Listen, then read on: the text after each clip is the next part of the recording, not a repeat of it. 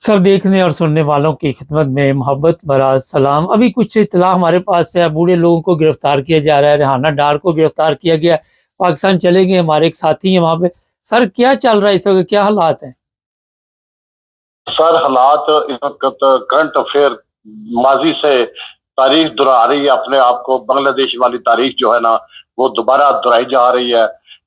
جب مشرقی پاکستان میں اسی طرح کے حالات پیدا کیے گئے تھے، لوگوں کو بے گناہ لوگوں کو ظلم کیا گیا، بربریت کی گئی تھی، عصمت دری کی جا رہی تھی، اسی طرح ظلم کیا جا رہا تھا، وہ عوام سارے خلاف ہو گئے، انہوں نے اپنا راستہ لینے کے لیے ٹھان لی، تو اب وہ خوش و خرم زندگی بسر کر رہا ہے۔ اسی طرح سوائے پنجاب کے تینوں صوبے، بلوچستان نہیں ہے ہاتھ میں، سندھ ہاتھ میں نہیں ہے، کے پی کے کا بتانے کی ضرورت نہیں ہے، تو یہ انتہائی خطرناک موڑ بن چکا پاکستان کی تاریخ میں۔ اللہ پاکستان کی حفاظت کرے، اللہ ظلم اور بربریت سے نجات دلائے، اللہ تعالیٰ اس فسطائیت کا خاتمہ کرے، سارے پاکستانیوں کی دعا یہی ہے۔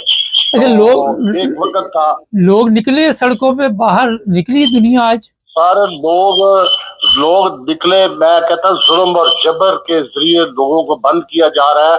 اگر آج یہ فوج پیچھے ہٹ جائے تو عوام ان چوروں کا محاسبہ خود ہی کر لے گی۔ سارے چوروں نے فوج کی شیلٹر لے کر عوام کو پریس کر رہے ہیں۔ نہیں تو فوج کیسے پیچھے ہٹ جائے؟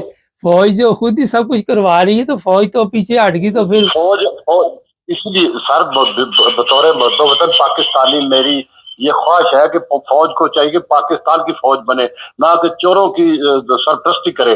چوروں کی سرپرستی یہ بہت برے حالات پر منتج ہوگی، حالات بہت برے نہج پر پہنچ چکے، دن بدن پاکستان ڈوبتا جا رہا ہے، مہنگائی، بے روزگاری، تنگ دستی، بیماری، سب کچھ چار سو پھیل گئی ہے۔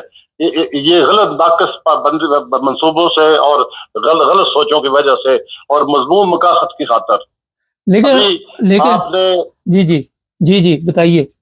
ابھی آپ کو میں کرنٹ افیئر بتاؤں کہ وابڈا کا چیئرمین ایک لگایا گیا تھا، وہ 1.5 خرب روپیہ لوٹ کر انہوں نے بولے رفو چکر ہو گیا، اور دوسرا جو نیب کا لیفٹیننٹ جنرل ہے حاضر سروس، وہ اس کو کہہ رہا ہے چل پرا باڑ منو دے حصہ، اس کو کوئی پوچھنے والا نہیں۔ اب ریسنٹلی شباز شریف ایک اور لیفٹیننٹ جنرل کو چیئرمین وعدہ لگا دیا گیا، اس کو بھی دے دیا گیا تم بھی کھاؤ پیو موجے کرو جس طرح ہم کھاتے رہے ہیں۔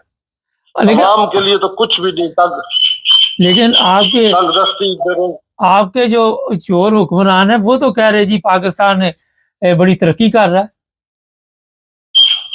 ترقی یہی کر رہے ہیں نا سر، ترقی یہی کر رہے ہیں جو یہ باتیں کر رہے ہیں۔ عوام کا تو کوئی پرسان حال نہیں، عوام اب پاکستان میں کوئی ایسا گھر نہیں جہاں پر 3 وقت کھانا پکتا ہو۔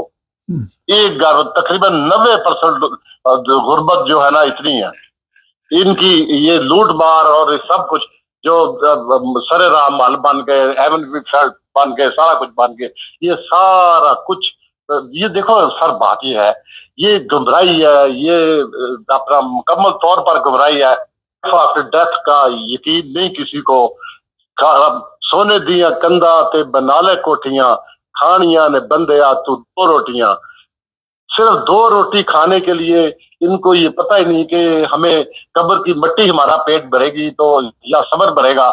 یہ غیر انسانی رویے، غیر انسانی منصوبے، شیطانی کاروائیاں، یہ ان کا وتیرہ ہے سر۔ سر یہ بتائیے اس وقت پولیس جو ہے وہ تشدد بھی کر رہی ہے، گرفتاریاں بھی عمل میں آ رہی ہیں، اور آپ دیکھ رہے ہیں کہ مزید حالات خراب ہوں گے یہاں پہ؟ سارے یہ تو فطرتی امر ہے، جب ظلم بربریت بہت زیادہ بڑھ جائے تو پھر فطری راستے نکلتے ہیں۔ یہ فطری راستے نکل رہے ہیں نا سر، پانی جس طرح اپنا بہاؤ پر چلتا ہے ہمیشہ نیچی جگہ بیٹھ جاتا ہے، جب ظلم بڑھ جائے تو پھر جو بیچارے مظلوم ہوتے ہیں وہ اپنا راستہ لیتے ہیں۔ اچھا سر، ایک چیز ذرا واضح کریں کہ کنٹینر اسلام آباد وغیرہ تو لگا دیے، موٹر وے پہ بھی لگا دیے، جس علاقے میں آپ نام نہیں لینا اس علاقے میں بھی اسی طرح کے حالات ہیں، سڑکیں بند کی ہوئی ہیں۔ سارا پاکستان اسی طرح ہے۔